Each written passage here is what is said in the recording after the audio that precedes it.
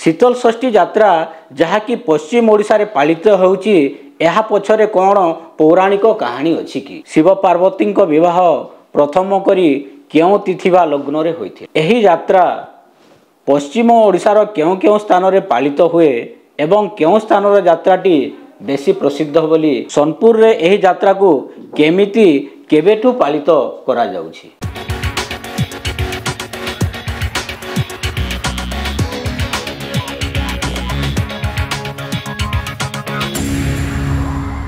समस्त को नमस्कार। मु मनोरंजन नायक आपण मानक स्वागत करुछि तनुशान टीवी को। हाँ दर्शक बंधु, आम देश में 12 मासरे 13 पर्व पालन करा जाए। आउ ये पर्व मध्य रही थाए आमर संस्कृति, आमर साहित्य आमर परंपरा। आज आम पश्चिम ओडिशा रे विश्व प्रसिद्ध कहले चले आम शीतल षष्ठी धूमधाम रे पालन करा जाउछि।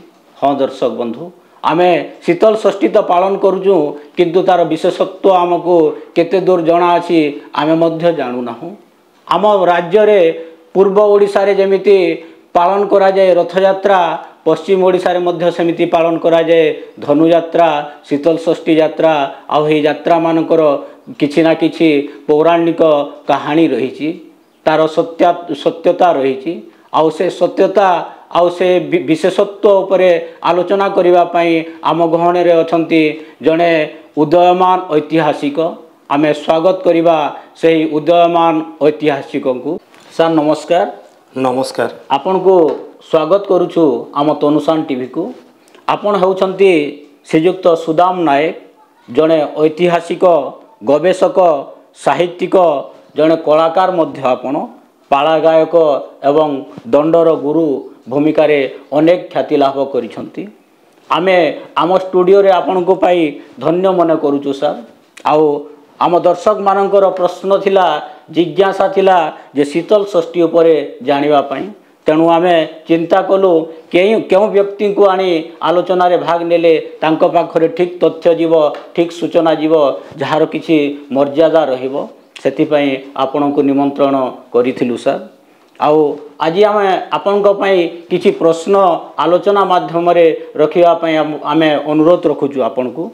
आउ सर दर्शक मानक तरफ रु तथा आम तरफ रु आमे प्रथम प्रश्न रखुछु जे शीतल षष्ठी यात्रा, शीतल षष्ठी यात्रा जहाँकि पश्चिम ओडिशा रे पालित होउची एहा पछरे कोन पौराणिक कहानी अछि कि? आमे आपनकर मुखरु सुनिबा को चाहूछु एही प्रश्नर उत्तर सर। निश्चित भावरे एई पश्चिम ओडिशा रे विधिबद्ध भावरे पालित होउथबा शीतल षष्ठी यात्रार तात्पर्य रहिछि, तार पौराणिक पृष्ठभूमि मध्य रहिछि सर। शिव पुराण रे यार विषय उपस्थापन करा जाइछि। शिव पुराण अनुसारे जेतेबेले तारकासुर स्वर्ग, मर्त्य एवं पाताल तीन पुर रे अत्याचार कला, ताकू निधन करिबा पई देवता मानक मध्यरे एक समस्या सृष्टि हैला। से माने विष्णु एवं वेदवर ब्रह्मांक निकट को जाइथिले। तो सेठी सिद्धांत नियागला जदि कार्तिकेश्वरंकर जन्म हेबो ताहले से कार्तिकेश्वरंकर द्वारा ही तारकासुर को निधन करा जाई स्वर्ग, मर्त्य एवं पाताल को सुरक्षा तथा निरापत्ता देई हेबो। तेबे से कार्तिकेश्वर जन्म हेबे केमिति? सेथि पई एमाने एक सुचिंतित योजना प्रस्तुत कले जे शिव एवं पार्वतींकर जदि विवाह हुए ताहेले कार्तिकेश्वर जन्म लाभ करिवे। किंतु दुखर विषय दक्ष प्रजापतिंकर जोई हेउचंती शिव एवं एक यज्ञ संपादन काल रे जेहेतु शिवं को से निमंत्रण करि नथिले एवं बिना निमंत्रण रे से पहुंची थिले तांकर प्राणप्रिया पत्नी सती बा दक्ष प्रजापतिंकर झियो सतींकर अनुरोध क्रमे आउ से दक्ष प्रजापतिंकर यज्ञ स्थल रे से अपमानित होइथिले। जहा फल रे स्वामींकर ए अपमान देखि सती से यज्ञ कुंड रे आत्म विसर्जन करथिले। तेणु से दिन ठारू शिव नारी मानक प्रति वैराग्य भावना हृदय रे जात करथिले आउ कठोर तपस्या रे निमग्न थिले। किंतु सौभाग्यर कथा सेई सती देवी परवर्ती काल रे से पार्वती रूप रे आविर्भाव होइतिले। हिमालय हेउचंती तांकर पिता एवं मेनका हेउचंती तांकर माता पर्वत उत्पत्ति जेणु पार्वती नाम हैला तेणु पर्वतर उत्पत्ति लाभ करिथिबारु तांकर नाम पार्वती हैला सेही पार्वती जेहेतु पूर्व जन्म रे सती थिले एवं शिवंक ठारू से जेहेतु दूरेई रहिथिले एवं शिवं को पुनर्बार से स्वामी रूप में पाइबा पाई पार्वती रूप से कठोर तपस्या करथिले सहस्र सहस्र वर्ष तपस्या कला परे मध्य शिव तांको ऊपर प्रसन्न हेले नहीं तेणु देवता माने ब्रह्मांक सुचिंतित परामर्श अनुसार कौन करिसंती ना प्रेमर देवता कंदर्प को प्रेरण करिसंती कंदर्प फूलधनु फूलसर आनीची एवं समाधि जोगरे लीन थिबा समय रे से शिवंक ऊपर को पंचसर आकर्ण अटारी प्रहार करिछि फल रे से फूलसर फूलधनुर प्रभाव रे शिवंकर ध्यान भग्न होइछि किंतु हठात पार्वती प्रति आकृष्ट ही नांती शिव से क्रोध रे समाधि यज्ञ ई समाधि जोग तांकर भग्न होइथिबारु तांकर कपाळरु तृतीय आखि फिटी जाइछि एवं से तृतीय आखिर आग्नेय उद्गीरण रे कंदर्प जली पड़ी भस्मीभूत हो जाइछि से दिन ठारू प्रेमर देवता कंदर्पर अन्य नाम होइछि विदेह कारण तार देह नष्ट हो जाइछि विगत होइछि देह जार विदेह एवं से प्रेम देवतार अन्य नाम होइछि अनंग अंग नाही जार अनंग तेबे कंदर्प भस्मीभूत होइछि किंतु कंदर्प जो फूलसर प्रहार करतिला ताहा शिवं को प्रेम रे जर्जरित करिछि फल रे शिव पार्वती प्रति आकृष्ट होइचंती प्रसन्न होइचंती एवं परवर्ती समय रे शिव पार्वती विवाह विधिबद्ध सहकारे संपन्न हेछि एई शीतल षष्ठी यात्रा रो पृष्ठभूमि हेउछि एई शिव पुराण रो शिव पार्वती विवाह कथा वस्तु एई शिव पार्वती मिलन रु कार्तिकेश्वर जन्म लाभ करिसंती किंतु सीधा सड़क पार्वती गर्भरु कार्तिकेश्वर जन्म ही नाहंती शिवंकर ब्रह्म जेतेबेले स्खलन घटिछि पार्वती ताकू संभाली पारि नाहंती फल रे पवन ताकू उड़े नैछि एवं सड़क कृतिका से माने नदी रे स्नान समय रे जो जल तर्पण कले एवं निजर पादुका प्राय से माने जल को पान करने को बसुतिले सेटा पवन 6 भाग रे सड़क कृतिकांकर ए पद्म रे सेटा पकई देछि आउ सेटा पान करि दैछंती फल रे से 6 जन कृतिका नारी से माने सड़ भाग रे शिशु जन्म करिसंती एवं कार्तिकेश्वर परवर्ती समय रे गोटा शरीर धारण करिसंती तांकर 6टी मुंड हिची सड़ानन नाम रे नामित हिचंती से कार्तिकेश्वर ही देवता मानकर सेनापति भाव रे ए तारकासुर को निधन करिछि आउ स्वर्ग मर्त्य पाताल रो अत्याचार को विनाश करिछि धन्यवाद नायक सर आपण सुंदर उत्तरटी रखिले आम दर्शक मानक पई आम दर्शक मानक मध्यरु आउ गोटे प्रश्न रही सर प्रश्नटी होउची शिव पार्वती विवाह प्रथम करी क्यों तिथि बा लग्न रे होइथिला आम दर्शक माने आपनक ठारु जानिबा को चाहुचंती जे शिव पार्वती विवाह प्रथम करी क्यों तिथि बा लग्न रे होइथिला देखंतु आमे जो शीतल षष्ठी यात्रा पालन करूछु सर हुए तो केतकंकर भ्रम धारणा थाई पारे जे शीतल षष्ठी जो तिथि रे पडुची सेई दिन शिव पार्वती विवाह होइथिबो किंतु नुह ता पूर्व दिन पंचमी रे ही विवाह होइथिला माने ज्येष्ठ मास शुक्ल पक्ष पंचमी तिथि से दिन थिला गुरुवार पुष्या नाम रे नक्षत्र विद्यमान थिला शोभन नाम रे जोग थिला वाणिज्य नाम रे करण थिला एवं वृष संक्रांति को 18 दिवस भोग करथिला सेही दिन प्रथम करी शिव एवं पार्वती विवाह संपन्न होइथिला आमे जो शीतल षष्ठी बोलुछु एटा तो षष्ठी तिथि रे होची ज्येष्ठ शुक्ल षष्ठी तिथि रे होची किंतु प्रकृति रे विवाह होइची पंचमी तिथि रे चतुर्थी दिन शिव महाप्रभु बरयात्री जाइछंती पंचमी दिन विवाह होइछंती एवं षष्ठी दिन से गृह को प्रत्यावर्तन करुछंती आम मानवीय लोकाचार एवं देव लोकाचार भितर टिके व्यतिक्रम घटी साधारणतः आमर मानव क्षेत्र में आम जितेबाला बह कर जाऊँ ए पुओ जितेबाला बरजात्री दल नहीं करी जाऊँगी से शोभा यात्राटा विशेष आडंबर सहकारे पालित हो कन्या को धरिक आसला बेल को गोटे भी बरजात्री दल नथिबे बैंड बाजा किसी नथिबो एकाकी आसुचंती कार रे किंतु देवता मानकर विवाह क्षेत्र में गला बेल को बरजात्री गला बेल को जेमिति शोभा यात्रा हेउची ताठू बड़ी करी कन्या को धरिक आसला बेल को आहुरी आडंबर सहकारे सुंदर सुसज्जित प्रभाव विमान रे तांकर शोभा यात्रा हुए आउ षष्ठी तिथि रे से प्रत्यावर्तन यात्रा विशेष भाव में आकर्षणीय होउतबारु याकू विशेष गुरुत्व दिया जायछि एवं एई शीतल षष्ठीर दुईटी नाम रही गोटे होउछि आरण्यक षष्ठी एवं अन्यटी होउछि स्कंद षष्ठी स्कंद शब्दर अर्थ कार्तिकेय जेहेतु कार्तिकेयंकर जन्म उद्देश्य रे तारकासुरर निधन उद्देश्य रे एई षष्ठीर विशेषत्व रही तेणुक तार अन्य नाम स्कंद षष्ठी रही सुंदर उत्तरटी रखिले सर जे शिव पार्वती विवाह क्यों तिथि बा लग्न रे होई थाए ताहापरे आम दर्शक मानकर आउ गोटे प्रश्न रही सर जहाँकि आमे मध्य जानिबा उचित जे एही यात्रा पश्चिम ओडिशार क्यों क्यों स्थान रे पालित हुए एवं क्यों स्थान यात्राटी बेसी प्रसिद्ध बोली आमे भाबू सर आपण भाषा रे प्रश्नर उत्तर रखिए सर देशाचार अनुसार उत्कल देश रे बा ओडिशा माटी रे शीतल षष्ठी यात्रा पालित होता है किंतु पूर्व उपकूलवर्ती अंचल अपेक्षा पश्चिम ओडिशा रे एई यात्रा महा आडंबर सहकारे पालित हुए आ पश्चिम ओडिशा रे विशेष करी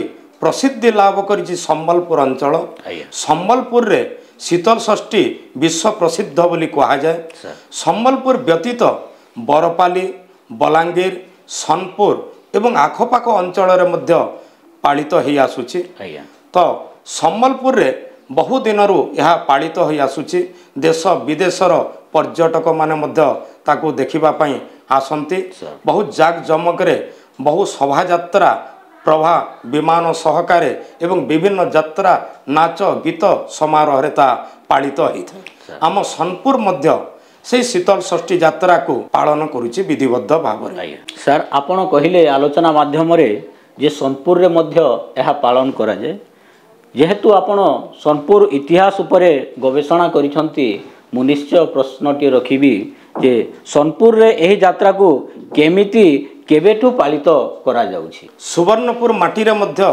शीतल षष्ठी यात्रा विधिबद्ध सहकारे पालित हुए तेबे यार प्राचीनता संपर्क रे जणा पड़े जेतेबेले समवंशीय राजा माने सुवर्णपुर को राजधानी स्थापन करी समग्र कोसलांचल रे राजुति करिथिले सेही समय शीतल षष्ठी यात्रा पालित होइथिला 1070 ख्रीष्टाब्द पूर्वरु 850 ख्रीष्टाब्द मध्य अर्थात 850 ख्रीष्टाब्द 1070 ख्रीष्टाब्द मध्य समवंशी माने एठी राजधानी स्थापन करी शासन करथिले कोसलांचल को सेमाने जेतु शैव भक्त थिले तेणु तांको समय रे सोनपुर माटी रे शीतल षष्ठी यात्रा अयमारंभ होईछि किंतु दीर्घ दिन पर्यंत यह आउ पालित हैला नाही समवंशी मानक परे तेलुगु चोड़ गंग कलचुरी ये समस्त राजवंश आसीचंती किंतु शीतल षष्ठी यात्रा को उज्जीवित कई कले नहीं परवर्ती समय रे चौहान मानक राजूति एठी आरंभ होला 1635 ख्रीष्टाब्द मदन गोपाल सिंहदेव हेले एई सुवर्णपुर प्रथम चौहान राजा 13 जन चौहान राजा एठारे शासन करथिले तेबे अंतिम पर्याय बेलकू अर्थात महाराजा वीरमित्र सिंहदेवंकर समय रे जाई ए शीतल षष्ठी यात्रा उज्जीवित होईछि अनेक गवेषक कहती जे ए समवंशी मानकर शीतल षष्ठी यात्रा क्रमान्वय चलीथिला चौहान राजा मदन गोपाल समय मध्य चलीथिला किंतु महाराजा गृहकृत्य चंद्रिका पुस्तक अनुसार ए यात्रा बंद थिला मात्र प्रताप रुद्रंक समय रे अर्थात 1891 1902 मसीहा तांकर शासन काल सेतेबेले युवराज थिले वीरमित्रदय सिंहदेव से पितांकु बारंबार अनुरोध करथिले एवं पितांकर अनुमति क्रमे शीतल षष्ठी यात्रार पुनर्उज्जीवित अवस्था को से नहीं थिले। तो वीरमित्रदय सिंहदेव प्रथम करी चौहान राजत्व काल रे बहु आडंबर सहकारे ए यात्रा को पुनरुद्धार करिसंती। आ जे माने भावुचंती जे वीरमित्रंक पूर्वरु ए यात्रा पालित होतला बोली माने चौहान राजत्व रे सेटा समानकर भूल धारणा। कारण एई पुस्तक हेउची स्वर्णपुर महाराज गृहकृत्य चंद्रिका। आम 12 मासरे 13 पर्व सबु पर्वपर्वाणीर विधि विधान एवं पालन कर्म यही पुस्तक रे लिखाई 6 खंड होउची एही पुस्तक स्वयं वीरमित्र महाराजा यही पुस्तकटी को संकलन करचंती 1937 मसीह रे मु तार जेरेक्स कॉपी रखिची जेहेतु से पुराना पुस्तक छिंडी गलानी। तो एठी स्पष्ट भाव रे लेखा हेची जे वीरमित्रंक पूर्वरु एटा हेउ नथिला बरं वीरमित्र ही तार शुभारंभ करिसंती। 73 पृष्ठारे अछि स्वर्णपुर राजधानी रे पूर्वरे एही यात्रा हेउ नथिला महाराजा सार श्री वीरमित्रदय सिंहदेव धर्मनिधि ज्ञान गुणाकर KCIE MAAS MRAS युवराज थिबा बेले स्वर्गीय महाराज श्री प्रतापरुद्र सिंहदेव बहादुर को जणाई तांको अनुमति रे नूतन आरंभ कले। तो एथुरु आमे प्रमाण पाउछु वीरमित्र ही यहाँ को पुनर्जीवित करैछंती चौहान राजत्व काल रे। तेबे सोनपुर विशेषत्व हेउछि देखंतु संबलपुर तो पूरा विश्व प्रसिद्ध हो गलानी आउ कई ताको अटकी पारिबे नाही बा विरोधाभास करि पारिबे नाही किंतु सोनपुर को आमे काहे की गुरुत्व दउछु देखंतु संबलपुर जदियो विश्व प्रसिद्ध हलानी सेठी किंतु सुवर्णर नाग प्रतिमा शोभा यात्रा रे विजय हुअंती नाही। सोनपुर विशेषत्व हेउछि जे विवाह अवसर रे शीतल षष्ठी अवसर रे सुवर्णर नाग प्रतिमा रूपा विमान रे विजय होती जहाँकि समग्र भारत वर्ष देश रे विरल एवं सेई महाराजा वीरमित्रदय सिंहदेव जेतेबेले 1908 मसीह रे महाराजा उपाधि प्राप्त हेले ब्रिटिश सरकार ठारू सेतेबेले से एई शीतल षष्ठी यात्रा को उज्जीवित करिबा पाई से ही 108 भरी सुवर्ण रे एई सुवर्णर नाग प्रतिमा को से निर्माण कराइथिले आ रूपार विमान रे तांको विजय कराइथिले। एटा होची सोनपुर विशेषत्व। तबे ए सोनपुर शीतल षष्ठी यात्रा आज जो भली भाव रे पालित होची पूर्वे सेमिति नथिला। राजतंत्र समय कौन हेउतिला ना सुवर्ण मेरु महादेव तांकर विजय प्रतिमा चंद्रशेखर महादेव तो पार्वतींकर सहित सुवर्ण मेरुंकर विजय प्रतिमांकर शुभ परिणय हेउतिला। तो सुवर्ण मेरु मंदिर रु तांकर विजय प्रतिमा चंद्रशेखर मंदिर को आसुथिले आउ अन्यान्य देवादेवी अष्टचंडी अष्टशंभु सोनपुर होची अष्टचंडी अष्टशंभुंकर सहर अष्ट विष्णु मध्य अछंती अष्ट हनुमान मध्य अछंती हमर महानदी सज्जारे थिबा बाघमरा को शिलालेख रे स्पष्ट उत्कीर्ण अछि अष्टचंडी अष्टशंभुए पुरे परशुराम जागेक करिथिले। अष्टशंभु हेउचंती हमर सुवर्ण मेरु रामेश्वर गोकर्णेश्वर पश्चिम सोमनाथ रुद्रनाथ सिद्धेश्वर लोकनाथ एवं बालुंकेश्वर सेहीपरि अष्टचंडी हेउचंती सुरेश्वरी खम्बेश्वरी भगवती समलेई दशमती नारायणी विमलाक्षी रामचंडी इत्यादि। तेबे एई अष्टशंभु अष्टचंडी एवं अष्टविष्णु मध्य विराजमान करुथिले चंद्रशेखर मंदिर को। तो पार्वती देवी सुवर्ण मेरु मंदिर रु पार्वती देवी आसी चंद्रशेखर मंदिर देकरी प्रथम चतुर्थी दिन ताकू कहा जाए उमा चतुर्थी बोली। चतुर्थी दिन पार्वती देवी आसीबे भैरवंकर सहित आउ आम राजभवन भितरे थिबा ଦେବାର୍ଚ୍ଚନ ଗୋପାଳଜୀ ମନ୍ଦିରରେ ଅବସ୍ଥାନ କରିଥାନ୍ତି ଚତୁର୍ଥୀ ଦିନ ଆସିକରି। ତାପରେ ପଞ୍ଚମୀ ଦିନ ଏଇ ସୁବର୍ଣ୍ଣ ମେରୁ ନାଗ ପ୍ରତିମା ଚନ୍ଦ୍ରଶେଖର ବାବା ସେ ବରଯାତ୍ରୀ ଦଳ ସହିତ ଆମର ମଝିପଡ଼ା ଦେଇକରି ଗଡ଼ ଭିତରେ ଏଇସବୁ ସହର ପରିକ୍ରମା କରିକରି ରାଜଭବନକୁ ଯିବେ ଏବଂ ସେତେବେଳେ ମହାରାଜା ଆଉ ମହାରାଣୀ ବୀରମିତ୍ର ଦେବ ଏବଂ ତାଙ୍କର ସହଧର୍ମିଣୀ ଲେଡି ପାର୍ବତୀ ଦେବୀ ସେମାନେ ଉପବାସ ରହି କନ୍ୟା ପିତା ମାତା ଭାବରେ ବାଟବରଣ କରି ଆସିବେ। ଆମ ଲୋକାଚାର ବିଧି ଯେମିତି ଅଛି ମାନବ ବିବାହ ଯେମିତି ସମ୍ପାଦିତ ହୁଏ ସେଇଭଳି ଭାବରେ ବାଟବରଣ କରିବେ।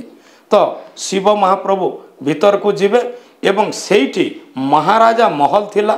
ସେ ମହାରାଜା ମହଲ ସମ୍ମୁଖରେ ଏ ବିବାହ ମଣ୍ଡପ ନିର୍ମାଣ ହେଇଥାଏ। ସେଇଠି ତାଙ୍କର ବିବାହ କାର୍ଯ୍ୟ ସମ୍ପନ୍ନ ହେବ। ବିବାହ ବେଦୀରେ ବିଜେ କରିବେ ସୁବର୍ଣ୍ଣମେରୁ ମହାଦେବ ଆଉ ଅନ୍ୟାନ୍ୟ ବରଯାତ୍ରୀ ଦଳ ମଦନ ମୋହନ ଚୌତୁରାରେ ବିଜେ କରିଥାନ୍ତି। ସେଇଠି ଦେବାର୍ଚ୍ଚନ ଗୋପାଳଜୀ ମନ୍ଦିରରୁ ଆସିବେ ପାର୍ବତୀ ଦେବୀ ବିବାହ ବେଦୀରେ ତାଙ୍କର ବିବାହ ସମ୍ପାଦିତ ହେବ। ବିବାହ ଶେଷ ପରେ ଷଷ୍ଠୀ ଦେବୀ ମନ୍ଦିର ଅଛି ରାଜଭବନରେ। ଏଇ ବର କନ୍ୟା ଉଭୟଙ୍କୁ ନେଇ ଷଷ୍ଠୀ ଦେବୀଙ୍କ ମନ୍ଦିରରେ ଅବସ୍ଥାନ କରାଇ ଦିଆଯାଉଥିଲା। ଯେହେତୁ ଯାତ୍ରାର ନାମ ହେଉଛି ଶୀତଳ ଷଷ୍ଠୀ ତେଣୁ ଷଷ୍ଠୀ ଦେବୀଙ୍କର ଭୂମିକା ସେଇଠି ଗୁରୁତ୍ୱପୂର୍ଣ୍ଣ। ଏବଂ ପରଦିନ ପ୍ରଭାତ ସମୟରେ ମାନେ ଷଷ୍ଠୀ ତିଥିର ପ୍ରଭାତ ସମୟରେ ମଦନ ମୋହନ ଚୌତରାକୁ ଶିବ ପାର୍ବତୀ ବରକନ୍ୟା ବିଜେ କରୁଥିଲେ। ଅନ୍ୟାନ୍ୟ ଦେବାଦେବୀ ମାନେ ମଧ୍ୟ ଯେଉଁ ଶୋଭାଯାତ୍ରାରେ ଆସିଥିଲେ ସମସ୍ତେ ଥିଲେ। ସେମାନଙ୍କର ସ୍ନାନ ମାର୍ଜନ ଭୋଗ ଇତ୍ୟାଦି ପ୍ରସାଦ ସମାପନ ସେଇଠି ହେଉଥିଲା। ତାପରେ ସନ୍ଧ୍ୟା ସମୟରେ ନିଜ ନିଜ ଗୃହକୁ ପ୍ରତ୍ୟାବର୍ତ୍ତନ କରୁଥିଲେ। ପ୍ରତ୍ୟାବର୍ତ୍ତନ କଲା ସମୟରେ ଶୋଭାଯାତ୍ରା ହେଉଥିଲା। ଗଲାବେଳକୁ ବରଯାତ୍ରୀ ଗଲାବେଳକୁ ମଧ୍ୟ ବିରାଟ ପ୍ରଭା ଯୁକ୍ତ ବିମାନରେ ସେମାନେ ଯାଉଥିଲେ। ପ୍ରତ୍ୟାବର୍ତ୍ତନ ମଧ୍ୟ ସେମିତି ହେଉଥିଲା। ନାଚ ଗୀତ ପାଲା ଦାସକାଠିଆ ବିଭିନ୍ନ ପ୍ରକାର ନୃତ୍ୟ ସଙ୍ଗୀତରେ ଭରପୁର ହେଉଥିଲା। ବାଦ୍ୟନାଦରେ ପରିପୂର୍ଣ୍ଣ ହେଉଥିଲା। ଆଉ ସମସ୍ତେ ଏଇ ଶୋଭାଯାତ୍ରାରେ ଆସୁଥିଲେ ଚନ୍ଦ୍ରଶେଖର ମନ୍ଦିରକୁ। ଚନ୍ଦ୍ରଶେଖର ମନ୍ଦିରରୁ ଶିବ ପାର୍ବତୀଙ୍କୁ ରଖି ନିଜ ନିଜ ଘରକୁ ପ୍ରତ୍ୟାବର୍ତ୍ତନ କରୁଥିଲେ ଅନ୍ୟାନ୍ୟ ଦେବାଦେବୀ ମାନେ। ତାପରେ ସୁବର୍ଣ୍ଣମେରୁ ତାଙ୍କ ସ୍ଥାନକୁ ଯାଉଥିଲେ। ଏଇଟା ରାଜତନ୍ତ୍ର ସମୟରେ ଏଇ ବିଧି ରହିଥିଲା।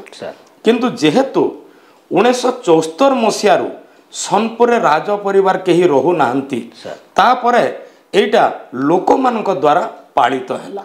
ଏବେ ଯେଉଁ ସୋନପୁରରେ ଶୀତଳ ଷଷ୍ଠୀ ଯାତ୍ରା ପାଳିତ ହେଉଛି ଏଇଟା ଲୋକମାନେ ଭକ୍ତମାନେ ପିତାମାତା ହେଉଛନ୍ତି ଶିବ ପାର୍ବତୀଙ୍କର ମାମୁଁ ହେଉଛନ୍ତି। ଆଉ ଲୋକାଚାର ବିଧି ଅନୁସାରେ ଯେମିତି ମଙ୍ଗଳନ ମାଖିବା କଥା ସେଇ ପ୍ରକାର ହେଉଛି। ନିମନ୍ତ୍ରଣ ଦିଆଯାଉଛି ଗୁଣ୍ଡା ଦିଆ ସବୁ କରାଯାଉଛି। ବିବାହ ହେଉଛି ଜାନି ଯୌତୁକ ସବୁ କିଛି ଲୋକାଚାର ରୀତିରେ ଏବେ ମଧ୍ୟ ପାଳିତ ହେଇ ଆସୁଛି। ତେବେ ସୋନପୁରର ବିଶେଷତ୍ୱ ହେଉଛି ସମ୍ବଲପୁରର ଯାତ୍ରା ବିଶ୍ୱ ପ୍ରସିଦ୍ଧି ଅର୍ଜନ କଲେ ମଧ୍ୟ ସୁବର୍ଣ୍ଣର ନାଗ ପ୍ରତିମା ସେଠାରେ ନାହିଁ।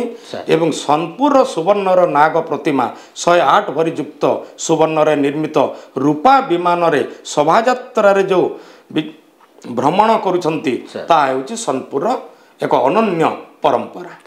ହଁ ଦର୍ଶକ ବନ୍ଧୁ ଆଲୋଚନା କରୁଥିଲେ ଐତିହାସିକ ସୁଦାମ ନାୟକ ମହାଶୟ। ସେ ଆଲୋଚନା ମାଧ୍ୟମରେ ଶୀତଳ ଷଷ୍ଠୀ ଯାତ୍ରା ପଶ୍ଚିମ ଓଡ଼ିଶା ତଥା ଓଡ଼ିଶାରେ କେମିତି ପାଳନ କରାଯାଏ ଏହାର କ'ଣ ପୌରାଣିକ ତଥ୍ୟ ବା କାହାଣୀ ଅଛି ସେ ଉପରେ ସେ ତଥ୍ୟ ରଖୁଥିଲେ। ଜଣେ ଐତିହାସିକ ହିସାବରେ ସେ ସୋନପୁର ଇତିହାସ ଉପରେ କାମ କରିଛନ୍ତି। ସେଥିପାଇଁ ସୋନପୁର ପାଇଁ ସେ ଅନେକ ତଥ୍ୟ ଆପଣମାନଙ୍କୁ ପ୍ରଦାନ କରିଛନ୍ତି। ଆଶା ରଖିବୁ ଆପଣମାନେ ଆଜ୍ଞାଙ୍କର ସେହି ତଥ୍ୟ ଆଉ ସେ ସୂଚନା ଏହି ଆଲୋଚନା ମାଧ୍ୟମରେ ଗ୍ରହଣ କରି ଆପଣମାନେ ଜାଣିବେ ପଶ୍ଚିମ ଓଡ଼ିଶାରେ ଶୀତଳ ଷଷ୍ଠୀର ବିଶେଷତ୍ୱ। ସାର୍ ଆପଣଙ୍କୁ ବହୁତ ବହୁତ ଧନ୍ୟବାଦ। ଯାହା ହେଉ ଆପଣଙ୍କ ତନୁସାନ ଟିଭି ଆଜି ମୋତେ କିଛି କହିବାର ସୁଯୋଗ ଦେଇଥିବାରୁ ମୁଁ ଏହି ପରିବାରକୁ କୃତଜ୍ଞତା ଜ୍ଞାପନ କରୁଛି। ତା ସହିତ ତନୁସାର ଟିଭି ଦେଖୁଥିବା ସମସ୍ତ ଦର୍ଶକ ବନ୍ଧୁମାନଙ୍କୁ ମଧ୍ୟ ନିବେଦନ କରୁଛି ଯେହେତୁ এই তনুসান টিভি সবু প্রকার সাহিত্য সংস্কৃতি শিক্ষা ধর্ম সবু ক্ষেত্রে আপন মানক কিছু সূচনা তথ্য এবং মনোরঞ্জন কার্যক্রম প্রদান করছি। তেণু বহুল ভাবে তাকে দেখন্তু সবসক্রাইব করন্তু। আউ এ जहाँ समस्या रोचे आपण माने दया करी उत्थापन करंतु तनुसान टीवी माध्यम रे तार समाधान मध्य करा जीव। नमस्कार। धन्यवाद सर।